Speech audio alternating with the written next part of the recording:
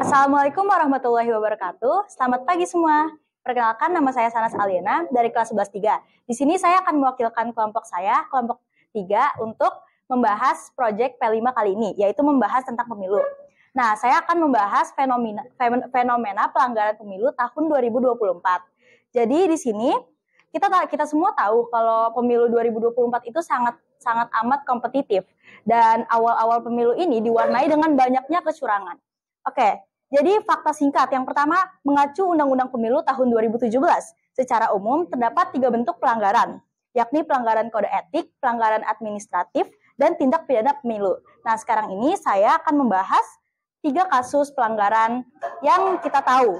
Yang pertama, pelanggaran netralitas ASN. Jadi ASN itu tidak boleh pro ke salah satu calon presiden, dan ternyata di sini ada beredarnya sejumlah anggota satuan polisi atau Satpol PP di Kabupaten Garut. Nah, di video yang beredar itu mereka menunjukkan kalau misalnya mereka tuh memegang foto Gibran. Jadi itu udah termasuk pelanggaran etik yang kebeberapa. Nah, yang kedua, saya akan membahas tentang pelanggaran alat peraga kampanye. Jadi kita semua tahu kok di sini kalau misalnya kita tuh nggak boleh nempel poster DPR atau DPRD di seperti pohon atau jalan. Nah, di sini Kunchoro Yudhistira mengaku sangat kesal dengan terpasangnya sampah visual atribut partai. Nah, oke. Jadi kasus yang keempat, saya akan membahas konten hoax di media sosial, yaitu cawapres Gibran yang dituduh memakai tiga mic dan prompter saat debat kedua Pilpres 2024 pada Jumat. Nah, tapi ternyata tidak ada bukti, setelah ditelusuri tidak ada bukti yang menunjukkan bahwa Gibran menggunakan 3 mic dan prompter saat debat cawapres tahun 2024. Oke, sekian dari saya. Terima kasih. Wassalamualaikum warahmatullahi wabarakatuh. Ya, assalamualaikum warahmatullahi wabarakatuh. Selamat pagi, selamat siang, selamat malam semuanya. Di sini kami akan perkenalan dulu. Nama saya Johnson Jeremy Batara Sianipar. Saya Alvin Muklis Ramadan. Kami dari kelas 11-3 SMA Negeri 30 kelompok 5. Di sini kami akan memberitahu hasil research kami di kemarin hari tentang permasalahan pada pemilu di tahun 2024 ini. Nah, yang pertama itu ada pembukaan pemungutan suara, itu banyak yang dibuka lebih dari pukul 7. Kira-kira ada 37.466 TPS yang telat membukanya. Kemudian yang kedua, alat bantu untuk tunanetra tidak tersedia di lebih dari 12.000 TPS. Yang ketiga, logistik pemungutan suara tidak lengkap di 10.946 TPS. Dan yang keempat, pemilih khusus menggunakan hak pilihnya tidak sesuai dengan domisili atau kelurahan yang tercantum di dalam KTP elektronik di 8.000-an TPS. Nah, yang kelima itu ada surat TPS-nya itu tertukar di sekitar 6.084 TPS. Yang keenam, pendamping ini memilih penyandang disabilitas yang tidak ada surat pernyataan. Untuk surat pernyataan pendamping tersebut di 5.836 TPS. Yang ketujuh, petugas KPPS di 5.499 tempat tidak menjelaskan tata cara pemungutan suara dan perhitungan suara. Akan dilanjutkan oleh Muklis. Ya, selanjutnya yaitu adalah sanksi menggunakan atribut yang memuat unsur atau nomor urut pasang calon partai politik atau calon DPD. Yang selanjutnya adalah saksi tidak dapat menunjukkan surat mendapat tertulis dari tim kampanye atau peserta pemilu. Itu selanjutnya pemilih menggunakan hak pilihnya lebih dari 1 kali. Jadi ada yang dicoblos tuh berkali-kali. Nah, itu juga bikin suara-suaranya nggak sah, itu juga bisa dijadikan permasalahan. Nah, selanjutnya terjadi intimidasi kepada pemilih atau penyelenggara pemilu. Jadi ada yang kayak intimidasinya tuh bukan kayak yang dipaksa-paksa, tapi kayak misalkan kayak dikasih uang atau dikasih sembako, disuruh pilih nomor paslon tersebut.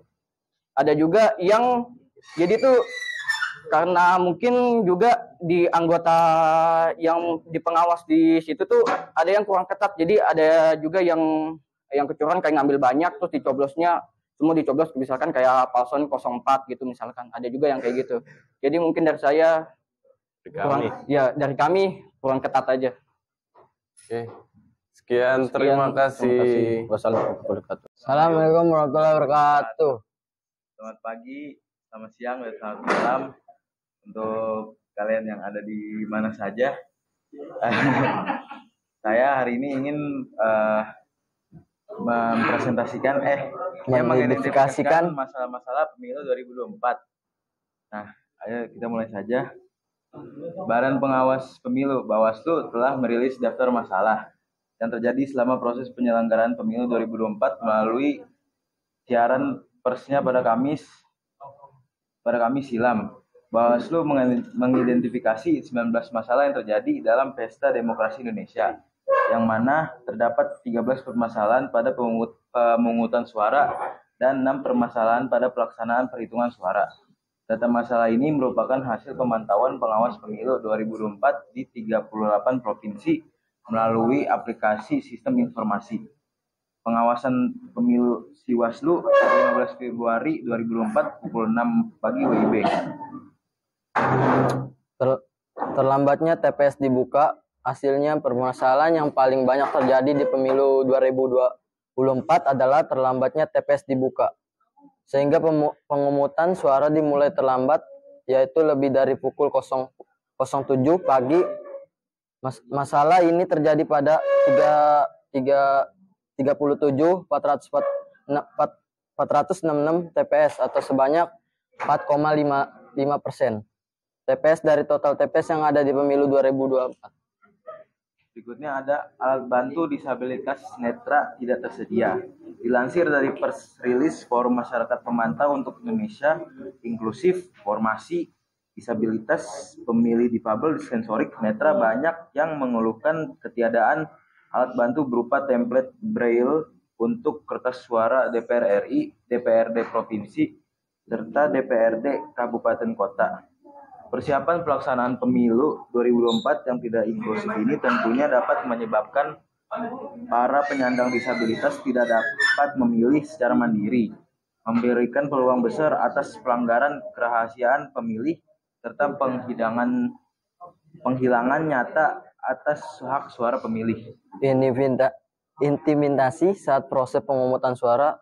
Intimidasi juga teridentifikasi dalam proses pelaksanaan pemilu 2024 di 0,45% TPS Indonesia. Secara lebih rinci, tindakan intimidasi terjadi kepada pemilih dan panitia pada proses pemungutan suara di 2.271 TPS serta intimidasi ketika proses pemungutan suara di 1.473 TPS.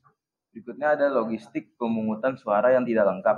Berdasarkan hasil pengawasan, Erwin menjelaskan beberapa kendala distribusi logistik tahap pertama, yaitu koordinasi, akses, dan informasi. Kedua, kendaraan. Ketiga, cuaca. Keempat, geografis. Kelima, keamanan. Keenam, jarak tempuh.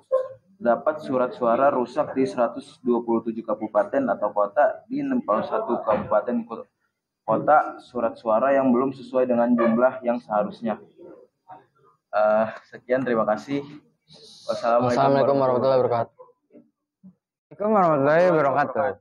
Perkenalkan, nama saya Madira Zulfikar dan kawan saya. Di sini kami dari kelompok 6 ingin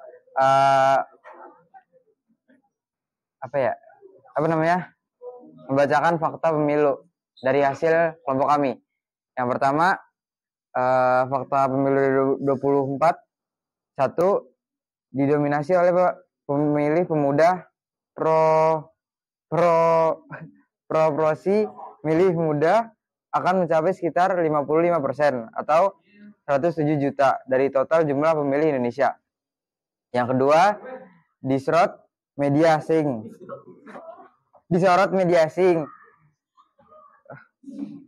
Pilpres 2024 mendapatkan sorotan dari beberapa media luar seperti Associated Press atau AP, News dari Amerika Serikat, dan channel News Asia dari Singapura. Yang ketiga, kurs rupiah gagal menjelang Pilpres, naik tukar rupiah melemah terhadap dolar Amerika Serikat akibat ketidakpastian global dan memanasnya politik dalam negeri. Yang keempat, pemilihan terbanyak ada di Jawa dan ungkapan yang menyebut bahwa Jawa adalah kunci dalam konteks pemilu, ungkapan tersebut ada benarnya.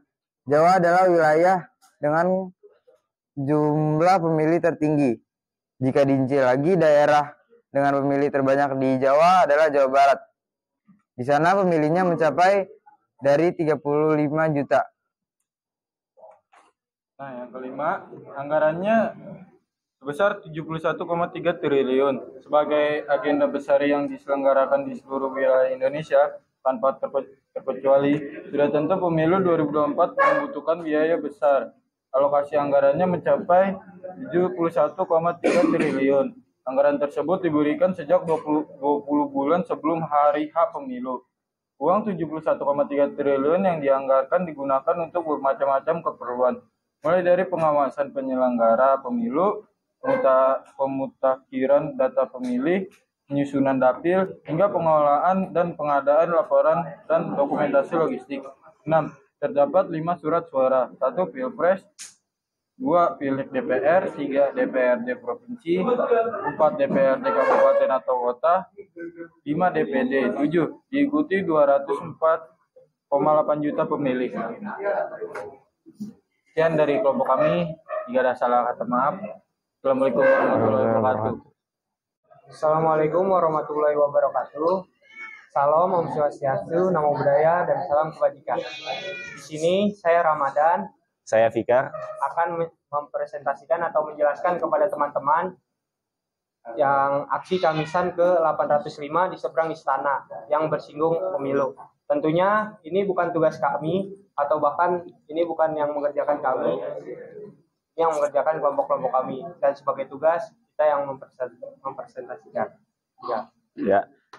Aksi Kamisan yang ke-805 yang digelar pada Kamis 15 Februari ini menyinggung soal penyelenggaraan pemilu 2024. Masa memasang spanduk dan poster bergambar korban penculikan aktivis di samping foto Prabowo Subianto. Salah satu peserta aksi Kamisan, Sumarsi, yang merupakan ibu dari korban tragedi Semanggi 1, menyinggung soal kemenangan Prabowo Subianto dan Gibran Raka Buming di pemilu 2024 berdasarkan hasil hitung cepat. Ya kan, Rama? Sumarsi menilai pencalonan Prabowo Gibran dan dukungan Jokowi merupakan pengkhianatan terhadap reformasi 1998. Aksi Kamisan merupakan agenda rutin di seberang istana untuk menuntut keadilan pelanggaran HAM kepada pemerintah. Begitu saja yang kita berdua dapat sampaikan, kurang lebihnya mohon maaf. Wassalamualaikum warahmatullahi wabarakatuh. Warahmatullahi wabarakatuh. Selamat siang, selamat pagi, dan selamat malam semuanya. Kami dari kelompok berapa? 1 ya? Dari kelompok 1, 11-3 mengidentifikasi hasil proyek P5 kami yang berjudulkan tentang demokrasi. Nah, berita pertama yang kami sampaikan itu adanya berita tentang KPPS yang meninggal sejumlah 57 orang disebabkan karena kecapean pastinya, karena dari studi lapangan sendiri KPPS itu bekerja sampai kemungkinan dari pagi hingga pagi juga, dan ada juga sampai siang. Jadi karena faktor tersebut terjadinya KPPS yang meninggal, dan ada juga 4.817 anggota KPPS yang sakit. Selain dari anggota KPPS yang meninggal, saat pemilu juga terdapat banyak kecurangan dalam vote. Kecurangan dalam pemilihan suara terdapat. Ada satu TPS yang ada satu TPS yang terdapat 80.000 surat suara. Nah, di situ ada kecurangan di salah satu TPS di Indonesia. Dan ada juga kecurangan-kecurangan lain yang ada surat suara yang dicoblos duluan, entah itu paslon 1, 2, ataupun 3. Dan dari data yang kami sampaikan di sini belum tentu 100% fakta, karena ini merupakan berita yang dari media massa, dan media massa sendiri tidak bisa dipercaya seluruhnya. Sekian, terima kasih. Wassalamualaikum warahmatullahi wabarakatuh.